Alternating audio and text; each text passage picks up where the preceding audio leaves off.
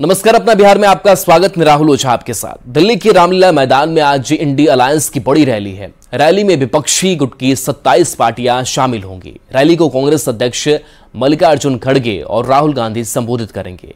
सोनिया गांधी भी रैली में शामिल हो सकती हैं। विपक्ष ने इसे लोकतंत्र बचाओ रैली नाम दिया है। रैली में इंडी अलायंस के सभी दल शामिल होंगे। विपक्ष के सभी प्रमुख नेता रैली को संबोधित करेंगे। रैली के जरिए एकजुटता का संदेश दिया जाएगा। रैली में झारखंड के मुख्यमंत्री चंपाई सोरेन, शरद पवार, सीताराम येचुरी, डी राजा, फारूक अब्दुल्ला, महबूबा मुफ्ती, अखिलेश यादव, एमके स्टालिन समेत कई नेता हिस्सा लेंगे। तेजस्वी यादव भी रैली में शामिल हो सकते हैं। पूर्व सीएम हेमंत की पत्नी कल्पना सोरेन भी इस रैली में शामिल होंगी। विपक्ष इस रैली से मोदी को सत्ता से बाहर करने के लिए बिगुल फूकेगा। राहुल गांधी की भारत जोड़ो न्याय यात्रा के मौके पर 17 मार्च को हुई रैली के बाद इंडी गठबंधन की यह दूसरी संयुक्त रैली है। रैली में तमाम ज्वलंत सवाल उठाए जाएंगे।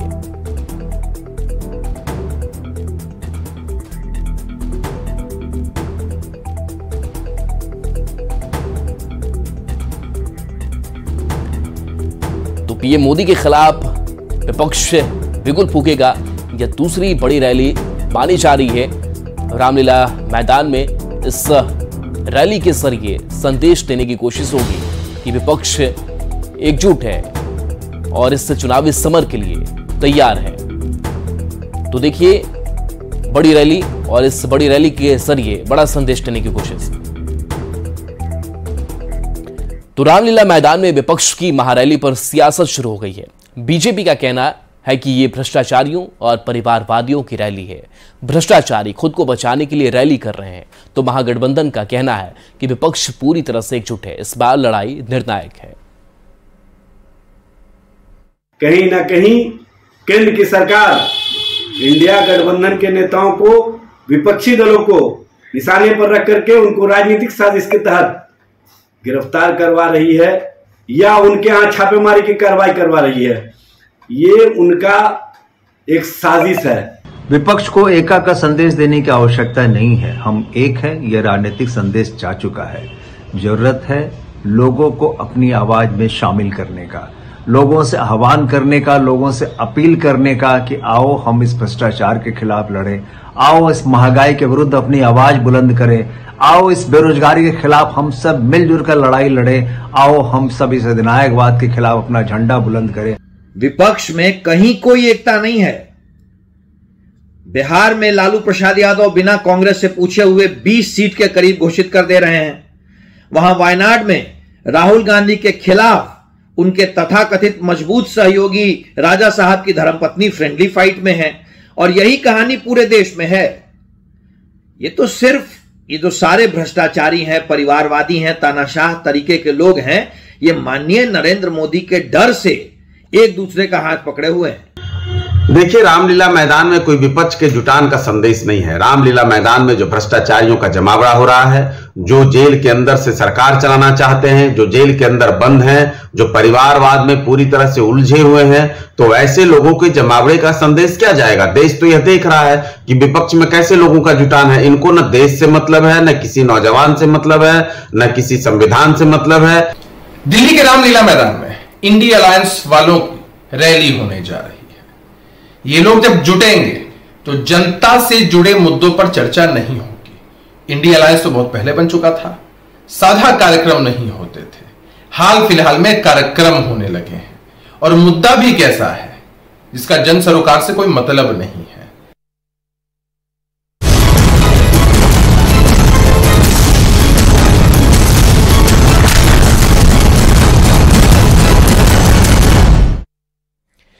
बिहार दौरे पर प्रधानमंत्री नरेंद्र मोदी आ रहे हैं। पीएम मोदी 4 अप्रैल को जमुई आएंगे। जमुई से चुनाव प्रचार का शंखनाद पीएम मोदी करेंगे। जमुई से अरुण भारती एनडीए के उम्मीदवार हैं। पहले चरण में 19 अप्रैल को यहां पर मतदान होना है।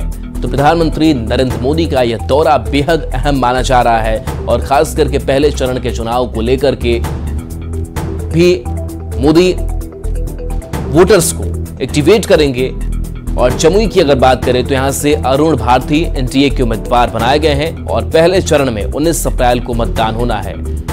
तो बिहार दौरे पर प्रधानमंत्री नरेंद्र मोदी आ रहे हैं। 4 अप्रैल को जमुई आएंगे और जमुई सीट जहां पर पहले चरण में मतदान होना है, जमुई से चुनाव प्रचार का शंखनाद प्रधानमंत्री नरेंद्र मोदी करेंगे।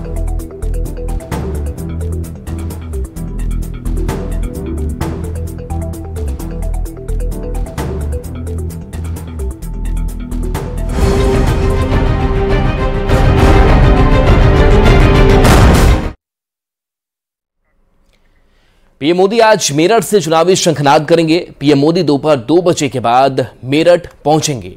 मोदीपुरम स्थित केंद्रीय आलू अनुसंधान संस्थान में दोपहर 3 बजे पीएम मोदी की जनसभा होगी। इस जनसभा में सीएम योगी और हरियाणा के मुख्यमंत्री नायब सिंह सैनी मौजूद रहेंगे। इस बार की जनसभा खास है क्योंकि मंच पर आरएलडी के मुखिया जयंत चौधरी भी मौजूद रहेंगे। एनडीए के दूसरे साथी भी मंच पर नजर आएंगे। केंद्रीय राज्य मंत्री अनुप्रिया पटेल, योगी सरकार के मंत्री ओम प्रकाश राजभर और संजय निषाद भी मंच पर नजर आएंगे। एनडीए में शामिल विभिन्न राजनीतिक पार्टियों के मुखिया एकजुटता का संदेश देते हुए दिखाई देंगे। पीएम मोदी तीसरी बार प्रदेश में लोकसभा चुनाव अभियान की शुरुआत मेरठ से करेंगे।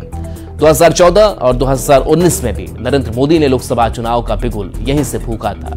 बता दें कि मेरठ सीट से टीवी सीरियल रामायण में राम का किरदार निभाने वाले अभिनेता अरुण गोविल बीजेपी के उम्मीदवार हैं। देश की आधी आबादी सोचती है जो मुझे सुरक्षा मिली है, बहनों को जो सुरक्षा मिली है, सम्मान मिला है, तो वोट तो इसलिए मोदी के पक्ष में ही है क्योंकि उन्होंने जो सम्मान दिया है वो अब तक सम्मान हमें नहीं मिला था। मोदी जी तो हमारे ऐसे हैं कि वो जहाँ जाते हैं वहाँ कमाल कर देते हैं। वो तो एक भगवान भोलेनाथ का स्वरूप समझते हैं। हम उन्हें बहुत सम्मान देते हैं और जो उन्होंने महिलाओं को सम्मान दिया और 33% का आरक्षण जो दिया है, और आज आप देखने वाले हैं कि महिलाएं इतनी उत्सुक है कि आज वो आपको मंच पर भी दिखाई देगी। सीएम नीतीश कुमार का चुनाव प्रचार का कार्यक्रम तैयार हो चुका है। सीएम नीतीश कई लोकसभा सीट पर चुनावी सभा करेंगे। कई जगहों पर चुनावी सभा के साथ साथ रोड शो भी होगा। तो जेडीयू भी पूरी तरीके से तैयार है, नीतीश कुमार भी तैयार है जनता के बीच जाने के लिए और जोर शोर से चुनाव प्रचार का कार्यक्रम चलेगा और एक कार्यक्रम शेड्यूल है वो तैयार किया गया है। सीएम नीतीश कई लोकसभा सीट पर चुनावी सभा करेंगे, लोगों से बातचीत करेंगे, एनडीए को जिताने की अपील करेंगे और लगातार ये दावा किया जा रहा है कि इस बार 40 की 40 सीटें एनडीए के खाते में आने जा रही है और इसका दावा लगातार एनडीए घटक दल के नेता और पार्टियां कर रही हैं। तो कई जगहों पर चुनावी सभा के साथ साथ मुख्यमंत्री नीतीश कुमार का रोड शो भी होना है। सासाराम लोकसभा सीट पर अंतिम चरण में मतदान होना है। इस बार यहां बीजेपी ने सिटिंग सांसद छेदी पासवान का टिकट काटकर शिवेश राम को मैदान में उतारा है। पिछले चुनाव में छेदी पासवान ने कांग्रेस प्रत्याशी मीरा कुमार को 2,65,000 से ज्यादा मतों से हराया था। प्रत्याशी बदलने पर बीजेपी नेताओं का कहना है कि इस बार भी पीएम मोदी का जादू चलेगा। लोग पीएम मोदी के चेहरे पर वोट करेंगे। बीजेपी कार्यकर्ताओं का कहना है कि शिवेश राम जैसे पुराने कार्यकर्ता को टिकट देकर बीजेपी ने कार्यकर्ताओं का उत्साह बढ़ाया है। बीजेपी कार्यकर्ताओं से बात की संवाददाता अजीत कुमार और 2 बार से लगातार सांसद रहे छेदी पासवान का टिकट कटने के बाद शिवेश राम मैदान में उतरे हैं। सासाराम के भाजपा कार्यकर्ता जो यहाँ पर जमीन पर काम करते हैं, हम उनसे बात करना चाहेंगे कि उसका कितना प्रभाव रहेगा। भाजपा के कार्यकर्ता है कि कितना जो बच्ची है 10 सालों से जो यहाँ सांसद थे उनका टिकट कट गया और नए शिवेश राम को टिकट मिला है जो विधायक है। क्या कहेंगे, क्या इसका प्रभाव पड़ेगा?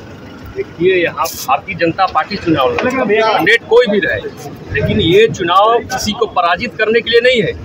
ये चुनाव उनको सजा दिलाने का चुनाव है जिन्होंने देश को बर्बाद करने का चुनाव है। और विपक्ष में कोई भी हो उनका जमानत जब्त हो जाएगा, जैसे नरेंद्र मोदी जी का लहर है। तो वर्कर जो है वो सीधी जवाब नहीं दे पा रहे हैं, लेकिन जिस तरह से छेदी पासवान जी का टिकट कटा है, लगातार 2 बार में वो यहाँ पर सांसद रहे, इस बार लगातार उससे पहले भी रहे हैं, तो अब जो प्रत्याशी बदला है कितना प्रभाव पड़ेगा? चाहे वो कोई भी हो, लेकिन कमल के निशान को हम लोग अपना उम्मीदवार मानेंगे। तो भाजपा के कई कार्यकर्ता हैं, उनका कहना है कि कमल का निशान जो है खासकर नरेंद्र मोदी है, उनका चेहरा देखकर मतदान इस बार होगा और इसके लिए वो वोट मांग रहे हैं। तो एक और कार्यकर्ता है, जो क्या नाम है आपका? मेरा नाम दीपक कश्यप, अध्यक्ष रोहतास जिला के नगर के सासाराम के अध्यक्ष हैं। और क्या प्रत्याशी जिस तरह से बदला है, पूरे बिहार में 2-3 टिकट बदले गए हैं, क्या कहेंगे कितना प्रभाव पड़ेगा सासाराम? इन लोगों का कहना है कि जो प्रत्याशी बदले गए हैं ये संगठन का निर्णय था और इस बार का कोई खास प्रभाव नहीं देखने को मिलेगा, लेकिन ये तय होगा 4 जून को जब इसका परिणाम आएगा कि भाजपा के प्रत्याशी बदलने का कितना प्रभाव यहाँ पर आता। Ajit Kumar, news 18, Sasaram. Bihar board matric result आज 1:30 बजे जारी होने वाला है। बिहार बोर्ड 10वीं रिजल्ट news18bihar.com पर जाकर भी आप चेक कर सकते हैं। बता दें कि बिहार बोर्ड 10वीं की परीक्षा 15 फरवरी से शुरू होकर 23 फरवरी 2024 तक आयोजित की गई थी। इस बार भी सिमुलतला आवासीय विद्यालय जमुई के छात्रों का जलवा देखने को मिल सकता है। टॉप 10 में सबसे ज्यादा सिमुलतला आवासीय विद्यालय के छात्र हो सकते हैं। बता दें कि सिमुलतला के 24 परीक्षार्थियों को वेरिफिकेशन के लिए बुलाया गया था। टॉप 10 में पिछले साल यानी 2023 में भी सिमुलतला का डंका बजा था। साथ ही आपको बता दें कि इस बार 16,94,781 स्टूडेंट्स ने 10वीं परीक्षा के लिए पंजीकरण कराया था, जिसमें 8,72,194 छात्राएं और 8,22,587 छात्र हैं। न्यूज़ 18 ने शनिवार को ही बता दिया था कि रविवार दोपहर 1:30 बजे 10वीं का रिजल्ट जारी होगा। बिहार के लाखों मैट्रिक परीक्षार्थियों के लिए आज बड़ी और महत्वपूर्ण खबर है। इस बार का मैट्रिक का रिजल्ट आज दोपहर बाद तकरीबन 1:30 बजे जारी होगा। तकरीबन 16.5 लाख से अधिक छात्र छात्राओं ने 2024 की बिहार विद्यालय परीक्षा समिति द्वारा आयोजित मैट्रिक की परीक्षा दी थी। जो जानकारी मिली है उसके अनुसार इस बार का रिजल्ट पिछले साल से बेहतर हुआ है। बिहार बोर्ड 10वीं की परीक्षा 15 फरवरी से शुरू होकर 23 फरवरी 2024 तक आयोजित की गई थी। बिहार बोर्ड मैट्रिक के विद्यार्थियों को पास होने के लिए तकरीबन हर विषय में 30% मार्क्स लाना जरूरी होता है। जो छात्र 1 या 2 विषय में फेल हो जाते हैं उन्हें कंपार्टमेंटल एग्जाम में मौका दिया जाता है। पिछले साल बिहार बोर्ड की 10वीं की परीक्षा में 81% परीक्षार्थी जो थे वे सफल हुए थे। पिछले साल 2022 की तुलना में 1.16% ज्यादा रिजल्ट हुआ था। मेरिट लिस्ट में 90 विद्यार्थी शामिल थे। टॉप 5 में 21 विद्यार्थी शामिल थे। देखना होगा इस बार रिजल्ट जो है वो किस तरीका का आता है। 2024 में भी 16 लाख से अधिक विद्यार्थियों का रिजल्ट आना है और 1 माह से कम दिनों में यह रिजल्ट जो है वो जारी किया जा रहा है, जो संभवतः एक रिकॉर्ड भी माना जा रहा है। निश्चित तौर पर जो परीक्षार्थी हैं उनका भी रोमांच बढ़ता हुआ नजर आ रहा है और अब बहुत ज्यादा समय नहीं है, बस कुछ घंटों के बाद मैट्रिक 2024 का रिजल्ट बिहार बोर्ड जारी कर देगा। कैमरा पर्सन मनी चुनेजा के साथ संजय कुमार, न्यूज़ 18 पटना। तो आज बिहार बोर्ड मैट्रिक का रिजल्ट जारी करेगा। रिजल्ट दोपहर 1:30 से 2 बजे के बीच में जारी हो जाएगा। आज तकरीबन 16.5 लाख परीक्षार्थियों ने इस बार मैट्रिक एग्जाम दिया है। और इस बीच मोतिहारी से बड़ी खबर है, जहां खटोलवा में महायज्ञ में बड़ा हादसा हो गया है। मेला में ट्रेन झूला की बोगी टूटने से यह हादसा सामने आया है। हादसे में एक की मौत हो गई है, 3 घायल बताए जा रहे हैं। मृतक की पहचान हो गई है गवंदरी गांव निवासी अजय सिंह की 19 वर्षीय बेटी प्रिया कुमारी के रूप में की गई है, जिनकी मौत हो गई है। घटना की सूचना मिलते ही चकिया डीएसपी के साथ कल्याणपुर थाना अध्यक्ष दलबल के साथ मौके पर पहुंचे हैं। तो मोतिहारी से ये बड़ी खबर, जहां पर बड़ा हादसा हो गया है। अवनीश हमारे साथ संवाददाता जुड़े हैं। अवनीश, कैसे ये ट्रेन झूला हादसा हुआ, क्या अपडेट है अभी? हाँ बिल्कुल, देखिए पूर्वी चंपारण के कल्याणपुर प्रखंड के खटोलवा में महायज्ञ का आयोजन हुआ है और उसी में जो है ट्रेन झूला लगा था और ट्रेन झूले के टूटने से जो है एक जो है युवती की मौत हो गई है, वहीं 3 घायल हैं। जो मौत हुई है जिस लड़की की उसका नवंबर में शादी होना था। तो प्रिया कुमारी जो है वो युवती थी अजय सिंह की बेटी प्रिया कुमारी, जिसकी मौत हुई है। और काफी जो है ये घटना जो है निंदनीय थी। नाजू का तमाम लोग काफी दुखी माहौल में है। पूरे गांव में जो है कार का माहौल है। सभी लोग परिवार के लोग जो है मातम मना रहे हैं, क्योंकि इसी नवंबर महीने में जो है प्रिया कुमारी की शादी होनी थी। और पुलिस जो पूर्वी चंपारण के जो चकिया के जो डीएसपी हैं वो दल बल के साथ वहां पहुंचे थे। काफी लोग जो है हंगामा भी कर रहे थे, सभी लोगों को शांत भी कराया और जो लड़की का जो शव है उसको पोस्टमार्टम के लिए वहां से भेजाया गया। तो दुखद घटना है कल्याणपुर के जो में महायज्ञ हो रहा था खटोलवा में, और वहीं पर यह दुखद हादसा हुआ है जिसमें एक युवती की मौत हो गई है और 3 जो है गंभीर रूप से घायल। चलिए, शुक्रिया अवनीश इस अपडेट के लिए। आरएसएस बीच बड़ी खबर, जहां सड़क हादसे में 2 महिला की मौत हो गई है। बालू लदे ट्रक की चपेट में आने से यह हादसा हो गया। ट्रक ड्राइवर मौके से फरार बताया जा रहा है। आक्रोशित लोगों ने सड़क पर आगजनी की। आक्रोशित लोगों ने प्रशासन के खिलाफ नारेबाजी भी की है। सूचना मिलने पर पुलिस मौके पर पहुंची है। पुलिस लोगों को समझाने में जुटी है।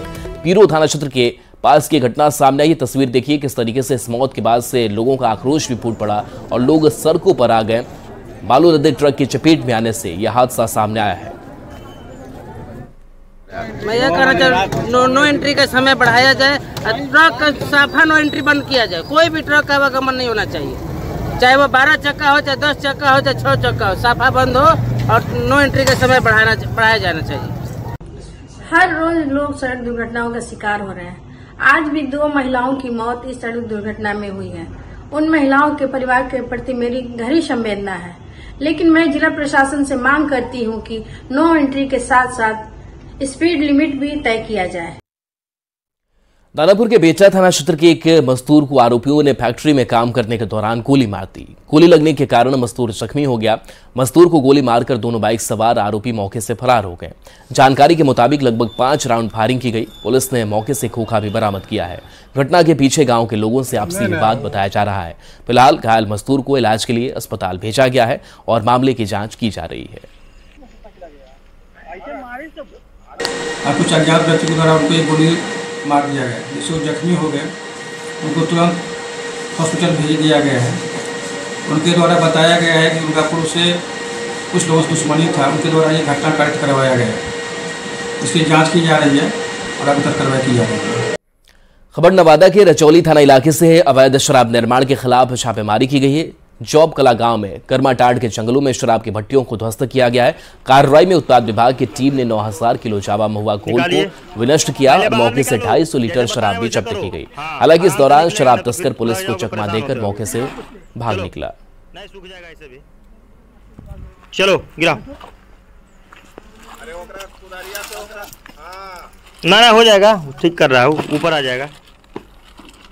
चलिए एक तरफ से खींचो। हाँ नचाते करके। ये अभी नया डाला है ना रे, कि फनफनाल ने। हाँ दानापुर से बड़ी खबर है। 4 नाबालिग के साथ गैंगरेप की घटना को अंजाम दिया गया है। 4 युवक पर गैंगरेप का आरोप लगा है। कोचिंग जाने के दौरान इस वारदात को अंजाम दिया गया। आरोपियों ने रेप का वीडियो भी बनाया है। पुलिस ने वीडियो को जब्त किया है। पिपलावा थाना क्षेत्र की यह घटना है। आरोपियों के खिलाफ FIR दर्ज की गई है। जब्त वीडियो के आधार पर कार्रवाई की जा रही है।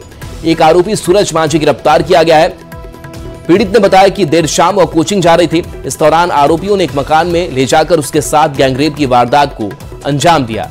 घटना के समय आरोपियों ने जनरेटर चला दिया ताकि नाबालिग छात्रा की आवाज बाहर नहीं जा सके। उसके बाद आरोपियों ने गैंगरेप की इस घटना को अंजाम दिया, वीडियो भी बनाया और घटना की शिकायत करने पर वीडियो वायरल करने की धमकी भी इन्होंने दी थी। पिपलावा थाना अंतर्गत आवेदन प्राप्त हुआ जिसमें एक बच्ची के साथ दुष्कर्म की बात सामने आई है। पिपलावा थाना द्वारा त्वरित कार्रवाई करते हुए एक अभियुक्त की गिरफ्तारी की गई है तथा कांड दर्ज कर आगे कानूनी कार्रवाई की जा रही है। लोकसभा चुनाव से पहले पुलिस प्रशासन अलर्ट मोड में आ गया है। मुंगेर, जमुई सहित लखीसराय सीमावर्ती इलाकों में अवस्थित भीमबांध जंगलों में पुलिस, SSB और CRPF के जवान नक्सलियों के खिलाफ सर्च ऑपरेशन चला रहे हैं। वहीं जंगल के अंदर पुलिस कैंप स्थापित हो जाने से नक्सलियों का मनोबल टूटा है।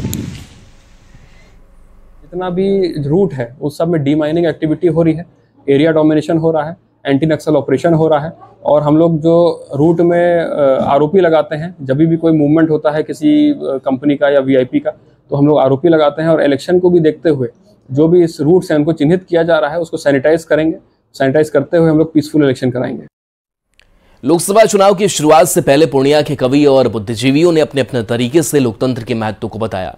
कवि दीपक पांडे ने कविता के माध्यम से लोकतंत्र की खूबसूरती को बयां किया, तो वहीं पूर्णिया के कॉलेज के retired professor doctor Gaurikant Jha ने पूर्णिया के विकास और पूर्णिया में बड़ी योजनाओं के साथ यहां के एयरपोर्ट को शुरू करने की मांग की। डॉक्टर गौरीशंकर झा ने कहा कि सड़क, बिजली का काम तो होते रहता है, लेकिन असली विकास तभी होगी जब बड़ी योजनाओं को लाया जाए। लोगों से बातचीत की संवाददाता कुमार प्रवीण ने। लोकतंत्र का महापर्व चुनाव है और चुनाव में पूर्णिया के बुद्धिजीवी और बुजुर्ग मतदाताओं की क्या राय है। हमारे साथ यहाँ पर कुछ बुजुर्ग मतदाता है, आइए इनमें से जानते हैं। खासकर पूर्णिया की लंबी समय से जो मांग है एयरपोर्ट की स्थापना, लंबे जगहों पर जाने की सुविधा, रेलगाड़ियों का अभाव हाल के दिनों में कहा जा रहा है ये रेलगाड़ी आई, वो सेवा मिली, लेकिन अभी भी पूर्णिया की जनता, पूर्णिया के लोग, पूर्णिया के युवा, पूर्णिया का विद्यार्थी अछूता है उससे। दूर देश प्रदेश में जाने में उसे असुविधा होती है।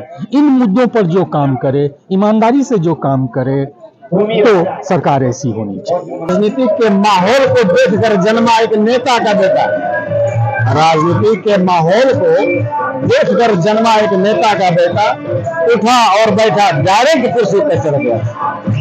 इसको देखकर नर्स घबराई, बोला ये तो अजूबा है, इसके सामने साइंस भी झूठा है, इसे लिटाओ, दूध मुहा शिशु है, माँ का दूध पिलाओ। दूध की बात सुनकर शिशु ने फुर्ती दिखलाई, सामने खड़ी नर्स की पकड़ी कलाई, बोले ये कब काम आएगी, अपने हाथों से हमें दारू बिस्की रम पिलाएगी।